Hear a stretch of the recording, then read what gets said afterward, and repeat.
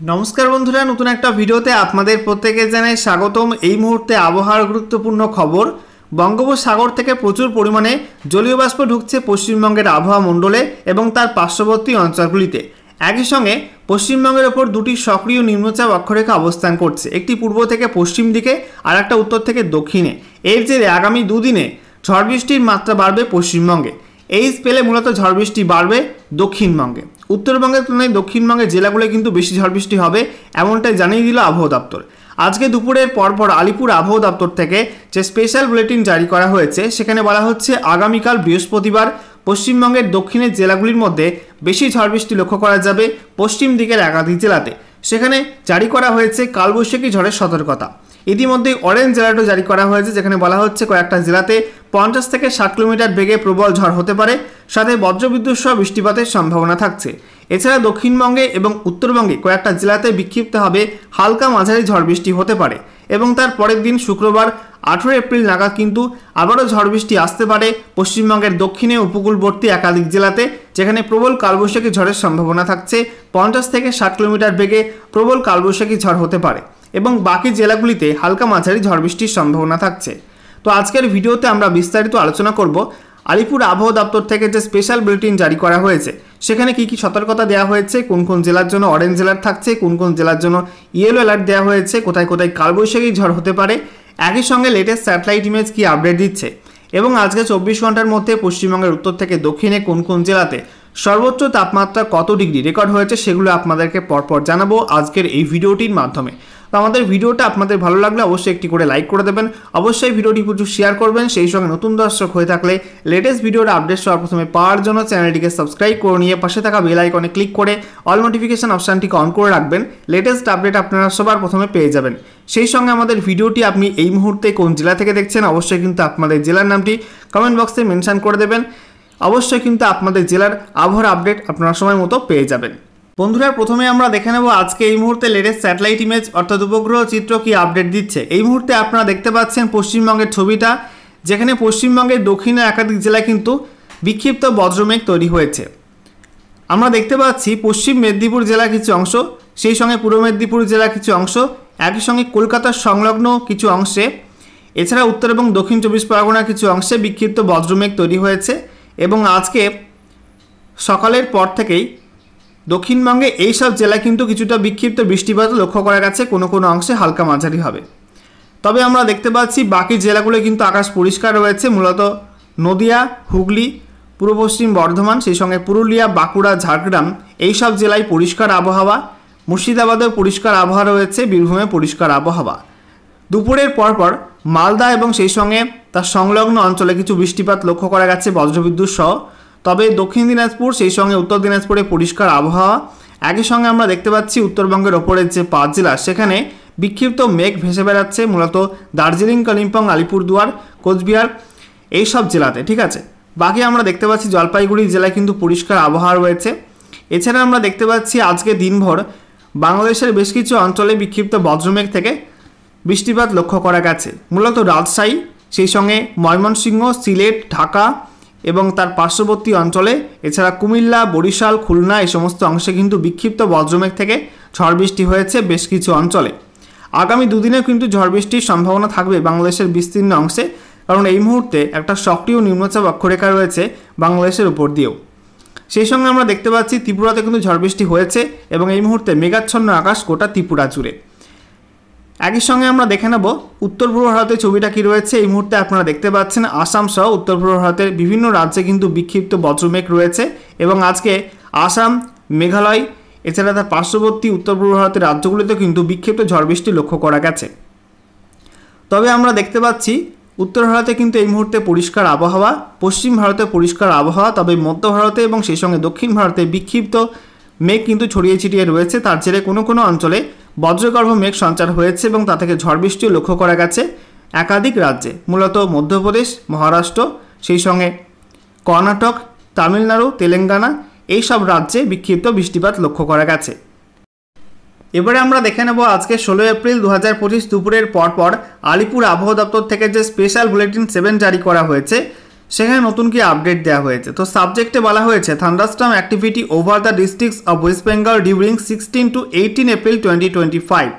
তো আজ থেকে আগামী 18 এপ্রিল পর্যন্ত পশ্চিমবঙ্গের বিভিন্ন জেলায় ঝড় বৃষ্টির সম্ভাবনা থাকবে। আমরা দেখে নেব বিস্তারিত আপডেটটাই কী বলা হয়েছে।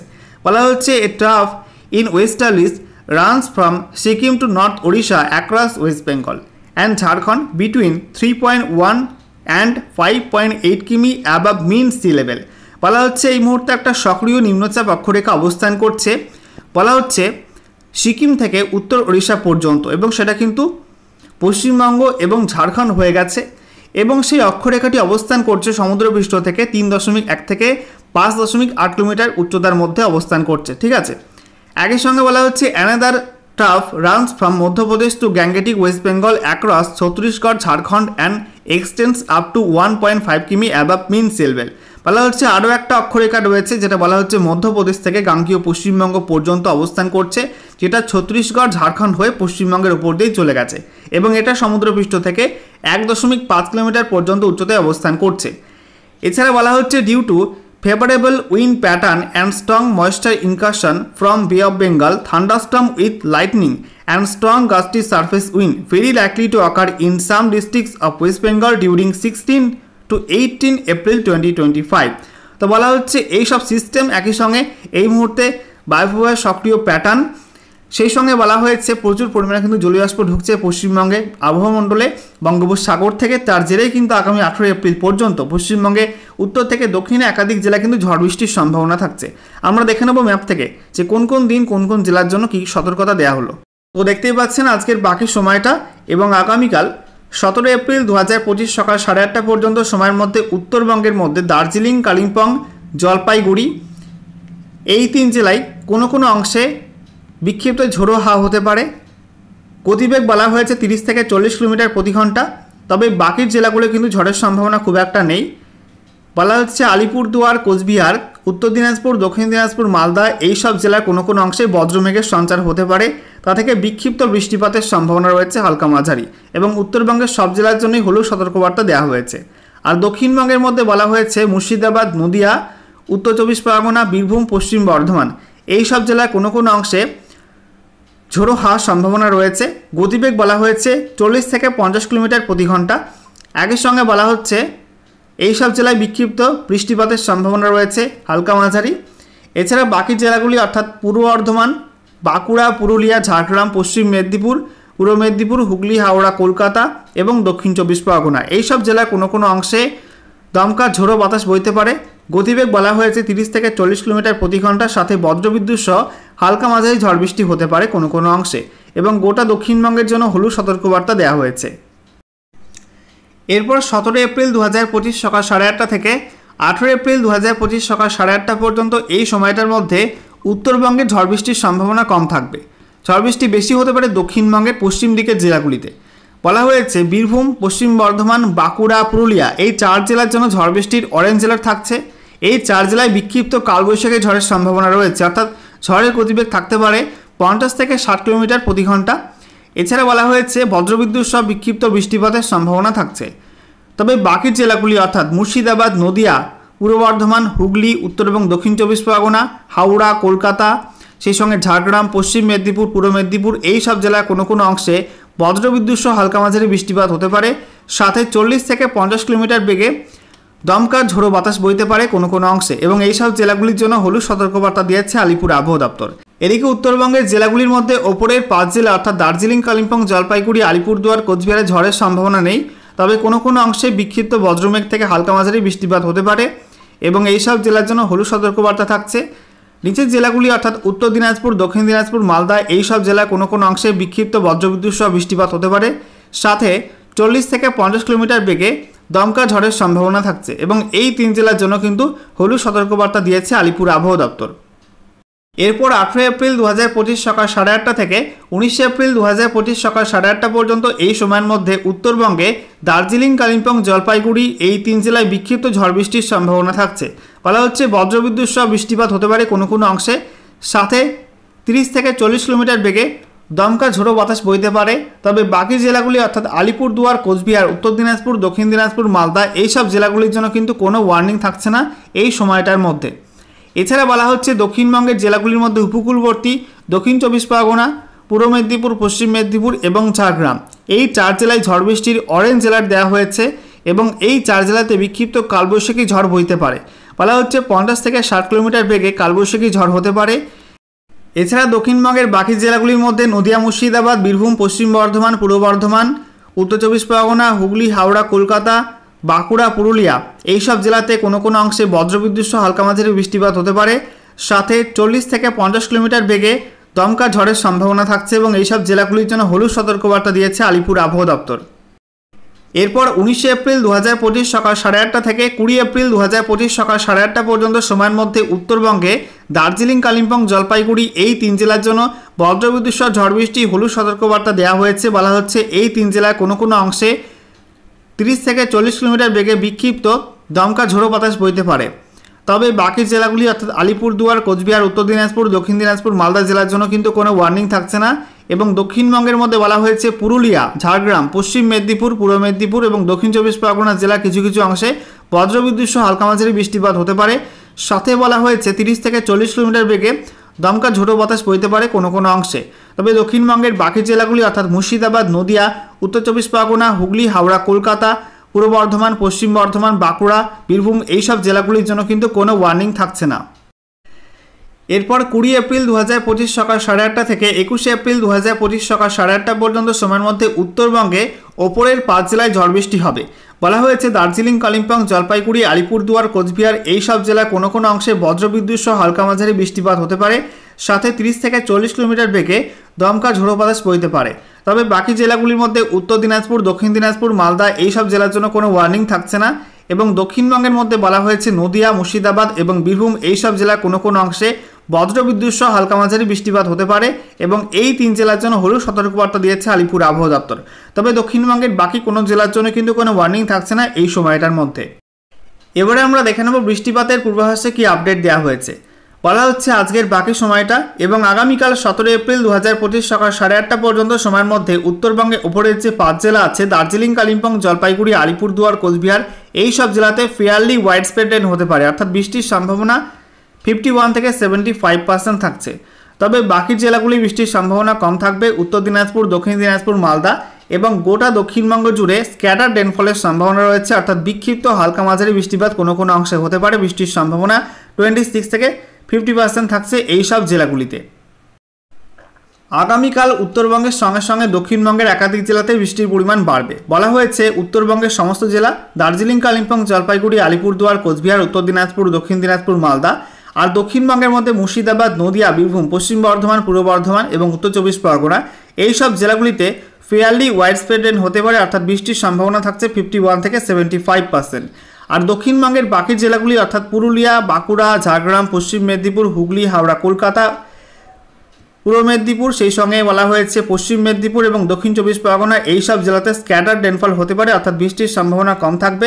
বৃষ্টির সম্ভাবনা বলা হচ্ছে 26 থেকে 50% থাকবে।